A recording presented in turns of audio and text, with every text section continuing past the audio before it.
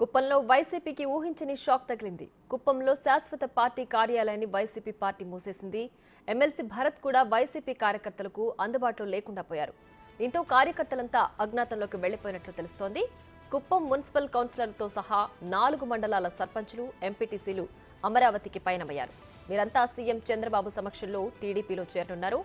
ఈ పరిణామంతో కుప్పం నియోజకవర్గంలో వైసీపీకి ఊహించని షాక్ తగిలింది.